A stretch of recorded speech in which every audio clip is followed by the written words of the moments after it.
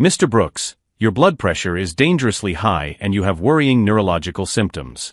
You need to go to the hospital now, said the cleaning lady with a firmness that made the billionaire CEO stop shouting on the phone. Richard Brooks, 53, owner of a pharmaceutical empire worth $2 billion, looked at the 42-year-old black woman as if she had just spoken Chinese. Keisha Washington stood there in her uniform, holding cleaning supplies, having the audacity to give him medical advice.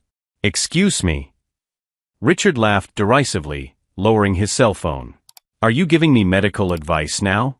What is your background again? Advanced cleaning.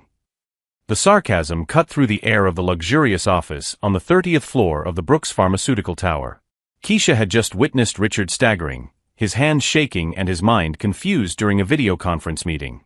Symptoms she recognized immediately, but which all the executives present completely ignored. Sir, I'm not just, Keisha began, but was interrupted. You're nothing but a cleaning lady, Richard growled, his face red with irritation. Go back to your chemicals and let me run my company in peace. And next time, clean in silence. What Richard didn't know was that Keisha Washington had been a registered nurse for 15 years before losing everything in a fabricated scandal.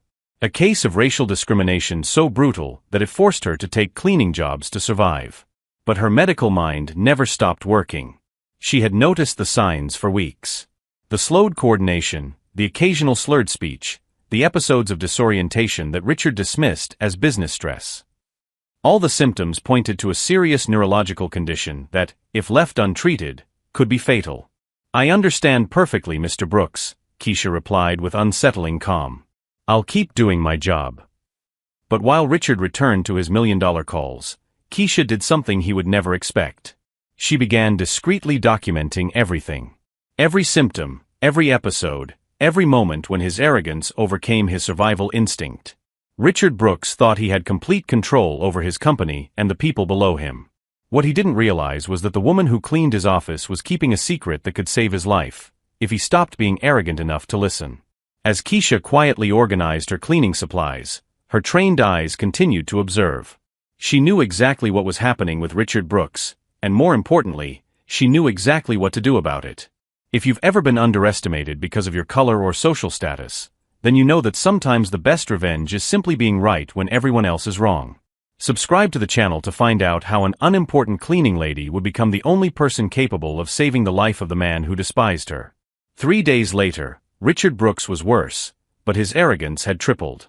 During an executive board meeting, Keisha witnessed him confuse the names of his own directors and repeat the same question 3 times in 10 minutes. When she discreetly approached to clear the conference table, she overheard fragments of the conversation that alarmed her. Richard, are you okay? You seem confused today, James Morrison, the CFO, murmured with genuine concern. Confused. Richard exploded, slamming his fist on the table. I'm perfectly fine. Maybe you're not keeping up with my thinking. I've always been 3 steps ahead of everyone. Keisha saw the subtle tremor in his left hand, the way he blinked repeatedly as if trying to focus his vision. Progressive neurological symptoms she had seen many times before when she worked in the neurology department at Metropolitan Hospital. Before she was destroyed professionally. The scandal had begun 5 years ago when Keisha, then head nurse on the night shift, publicly questioned Dr. Mitchell Barnes' excessive opioid prescriptions. She had documented that black patients were consistently given lower doses of painkillers than white patients with identical conditions, while being more quickly labeled as drug seekers. Are you accusing a respected doctor of racism? Asked hospital director Dr. Patricia Wells during the disciplinary meeting. Based on what scientific evidence? Based on 15 years of experience and 200 pages of detailed documentation, Keisha replied, placing her meticulous research on the table. But the internal investigation was a sham. Dr. Barnes was a personal friend of the CEO and a generous donor to the hospital. Instead of reviewing her evidence, they created an alternative narrative. Keisha was emotionally unstable and projecting personal issues of race onto medical practice. The final blow came when they discovered that she had allegedly violated medication protocols, fabricated allegations they could never prove, but which were enough to destroy her career. Within 6 months, she lost her license, her reputation, and any hope of ever working in the medical field again. People like you always think the world owes you something, Dr. Barnes had said on her last day, with a smile that didn't reach his eyes. Maybe it's time to accept that some places just aren't for you. Now, 5 years later, cleaning out the office of the most powerful man in the pharmaceutical industry, Keisha felt a bitter irony. Richard Brooks owned the company that manufactured the very opiates Dr. Barnes had selectively prescribed. "Are you still here?" Richard's sharp voice brought her back to the present. The meeting was over, and he was watching her with irritation. "How long does it take to clean a desk?" "I'm sorry, Mr. Brooks. I was just being thorough." "Thorough?" He laughed dismissively. "You're a janitor, not a surgeon. Speed matters more than perfection in your line of work." Keisha nodded silently, but her trained eyes continued to register details. Richard's right pupil was slightly more dilated than his left. His verbal responses had a subtle delay. His fine motor coordination was clearly impaired. Classic signs of increased intracranial pressure. "And another thing," Richard continued, adjusting his tie with less precise movements than usual. "Next time you have the brilliant idea of giving me medical advice, remember that I pay some of the best doctors in the country. I don't need the opinion of someone who cleans toilets for a living." The casual cruelty of his words cut deep, but Keisha kept her expression neutral. She had learned to absorb humiliation without reacting, a skill developed over years of systematic discrimination. "I understand perfectly, sir," she replied, beginning to put away her cleaning supplies. But as she left the office, Keisha made a decision. That night, in her small apartment, she opened her laptop and began to type. Not a formal medical report, she no longer had the credentials for that. Instead, she began something different, a detailed anonymous letter to Richard's wife, Margaret Brooks. Keisha had researched the Brooks family extensively. Margaret was a trained nurse, though she hadn't practiced in years. She would understand the medical terms and recognize the seriousness of the symptoms described. Each word was carefully chosen. Each symptom documented with temporal precision. Each observation backed up by specific behavioral evidence.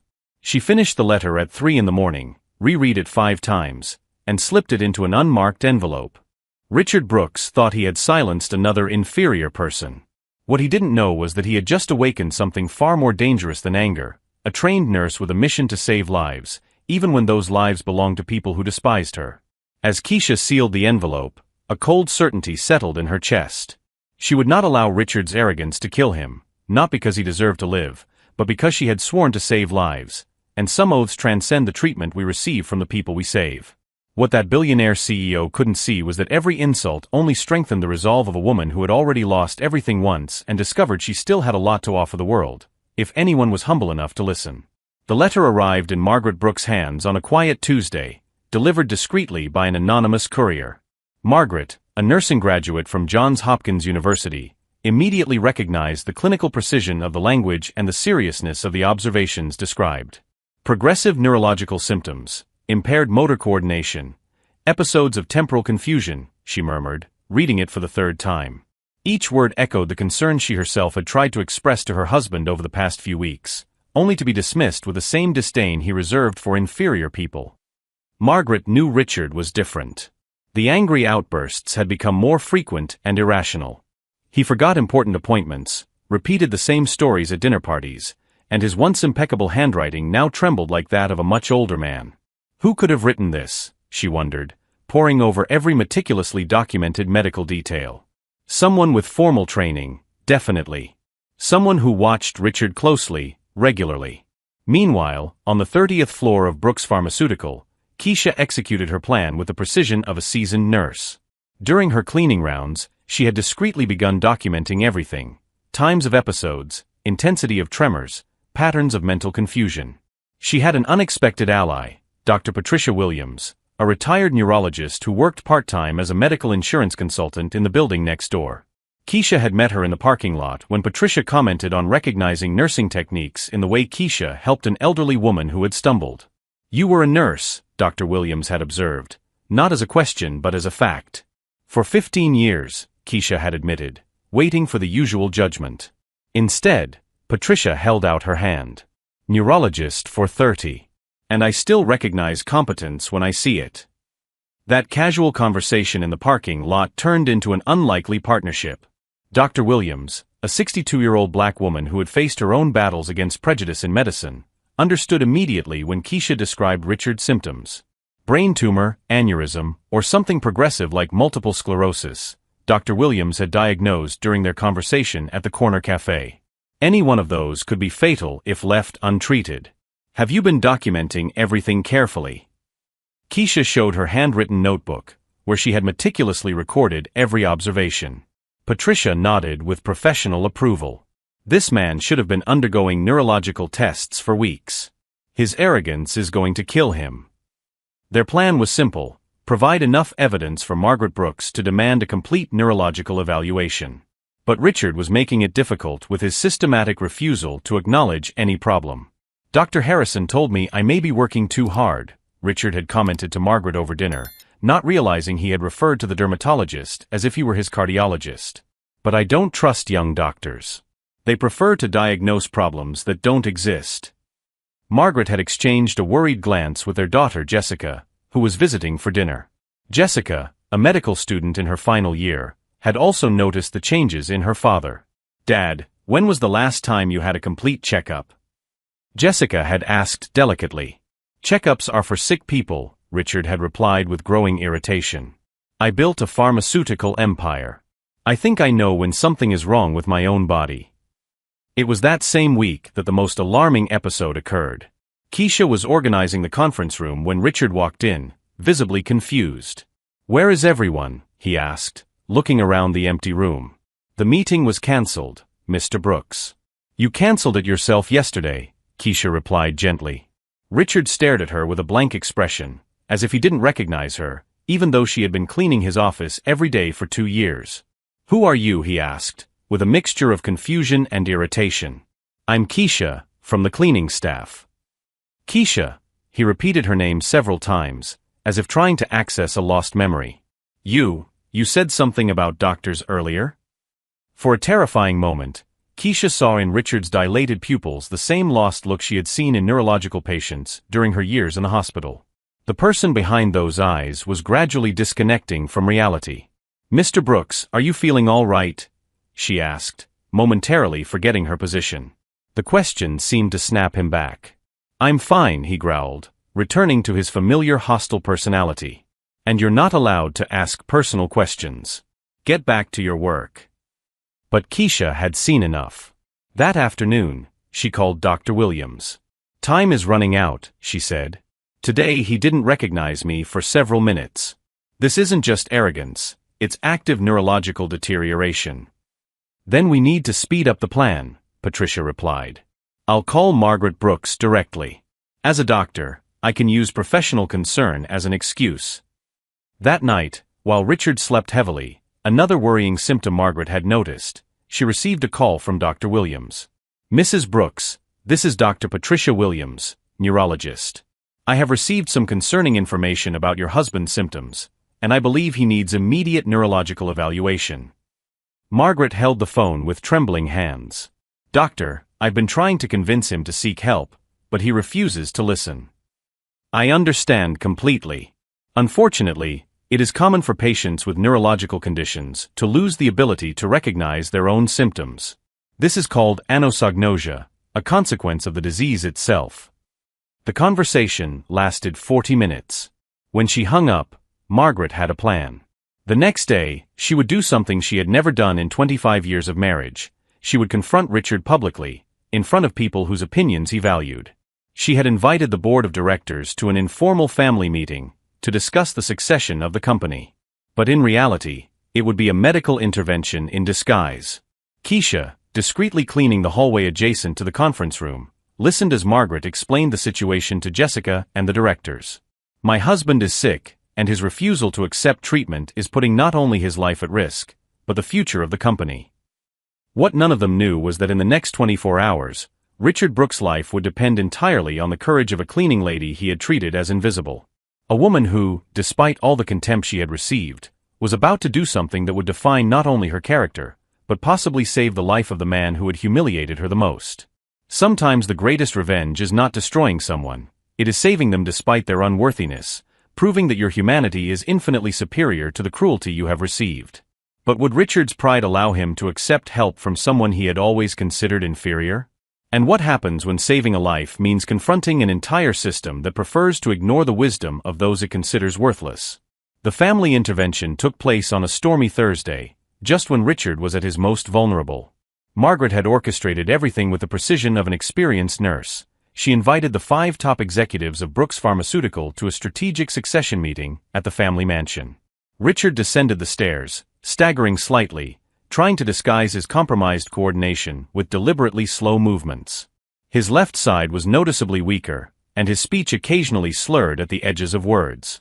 "I don't understand why we need to discuss succession," he muttered to Margaret as he adjusted his tie with trembling fingers. "I'm perfectly capable of running my own company." "Of course you are, dear," Margaret replied, watching as he tried to tie his tie 3 times before achieving an acceptable knot. "It's just preventive planning." In the boardroom, the directors immediately noticed the changes in Richard. James Morrison, the CFO, exchanged worried glances with Sandra Phillips, head of operations, when Richard referred to the marketing director as that guy from the sales department. Richard, Dr. Williams, whom Margaret had invited as a medical consultant for executives, interjected, "I've observed some troubling symptoms during our previous meetings. Tremors, temporal confusion, impaired coordination. There's nothing wrong with me." Richard exploded, slamming his fist on the table hard enough to knock over his coffee cup. "I'm tired of unqualified people trying to diagnose me." That was the moment it happened. Richard tried to stand up to demonstrate his perfect health, but his legs gave out completely. He collapsed into his chair, the left side of his face beginning to twitch involuntarily, his eyes losing focus as he struggled to form words. I don't wear," he slurred, his right hand shaking violently as he tried to reach for the glass of water. Margaret immediately dialed 911, but it was Dr. Williams who took control of the situation. "Acute neurological symptoms. Possible stroke or secondary seizure. We need immediate transport to the hospital." While waiting for the ambulance, something unexpected happened. Margaret received a call from someone she didn't expect, Keisha Washington. "Mrs. Brooks, this is Keisha from your husband's office cleaning crew. I'm calling because I need you to know that I've documented all of his symptoms over the past few weeks." Margaret nearly dropped the phone. You're a nurse?" "I was. Before I was forced to clean offices by people who treat me like I'm invisible." The bitterness in Keisha's voice was palpable, but there was something else, absolute medical competence. "Your husband has classic signs of a brain tumor or aneurysm. The progressive symptoms, the cognitive decline, the unilateral tremors, it's all documented in my report." "What report?" "The one I sent to all of his company directors 3 days ago. The same one they ignored because it came from a mere cleaning lady."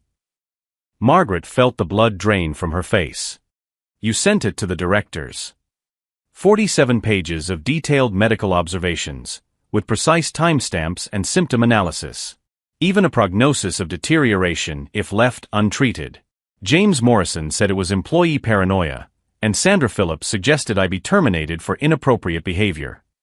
The revelation hit Margaret like a punch in the stomach. As Richard was loaded into the ambulance, she realized the full irony. The woman her husband had treated with the most contempt was the only person who had tried to save his life. At the hospital, Dr. Chen's diagnosis confirmed every word Keisha had said, a slow-bleeding brain aneurysm causing progressive neurological symptoms. If it weren't for the intervention today, he would have suffered a complete rupture within a few days.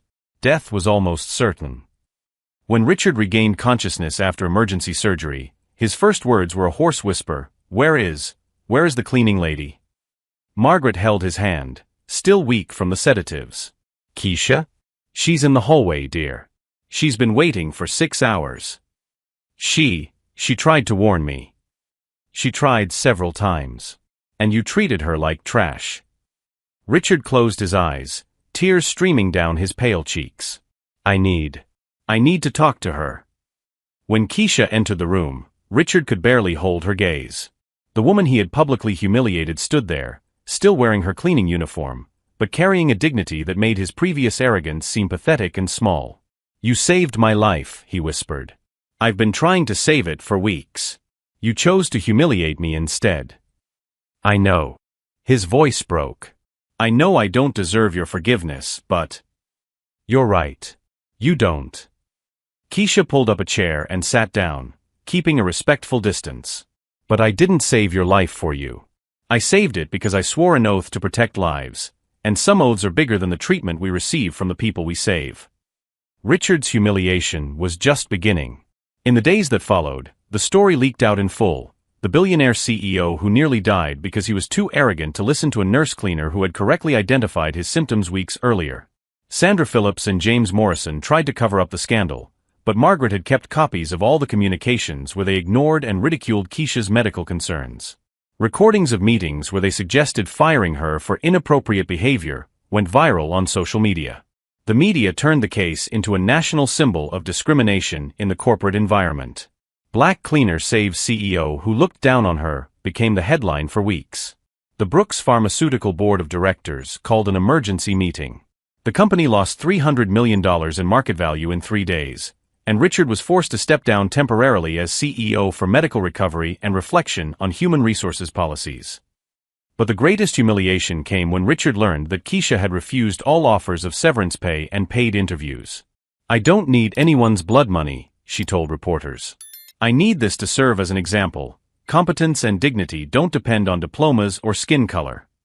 While Richard recovered from surgery, facing weeks of physical therapy to regain his motor coordination, Keisha quietly returned to her cleaning job. But now, every employee at Brooks Pharmaceutical treated her with the respect she had always deserved. The man who had spent his entire life belittling inferior people had learned in the most humiliating way possible that his life depended on the very people he considered invisible. And the whole world was watching his lesson in humility being served on the national news. But did Richard truly learn his lesson? And what would be the fate of a woman who proved herself greater than all the prejudice directed at her? Sometimes the greatest revenge isn't destroying someone, it's forcing them to live knowing they owe their existence to those they always considered inferior. 6 months later, Keisha Washington received the National Heroine Award from the Surgeon General of the United States in a ceremony broadcast live across the country. The same cleaning uniform that had been the subject of ridicule was now framed in the National Museum of African American History, with a plaque that read, "The uniform of a woman who proved that competence has no color." Richard Brooks watched from the front row. In a wheelchair he still needed occasionally due to the residual effects of surgery. His hands trembled slightly, no longer from the disease, but from the emotion of seeing the woman he had humiliated being celebrated as she should have been from the beginning. "Ladies and gentlemen," Keisha said into the microphone, her voice echoing through the packed auditorium, "for 15 years, I was a nurse. For 5 years, I was treated as if I were invisible. But today I understand that I never stopped being what I always was, someone who saves lives, regardless of who recognizes it or not." Brooks Pharmaceutical had been forced to implement drastic changes after the scandal. Sandra Phillips and James Morrison were fired for discriminatory conduct, and the company created a diversity program that became a national model. Ironically, the company's stock recovered completely after it demonstrated a real commitment to inclusion. Dr. Patricia Williams, now medical director of the new Keisha Washington Institute for Preventive Medicine, smiled from the audience.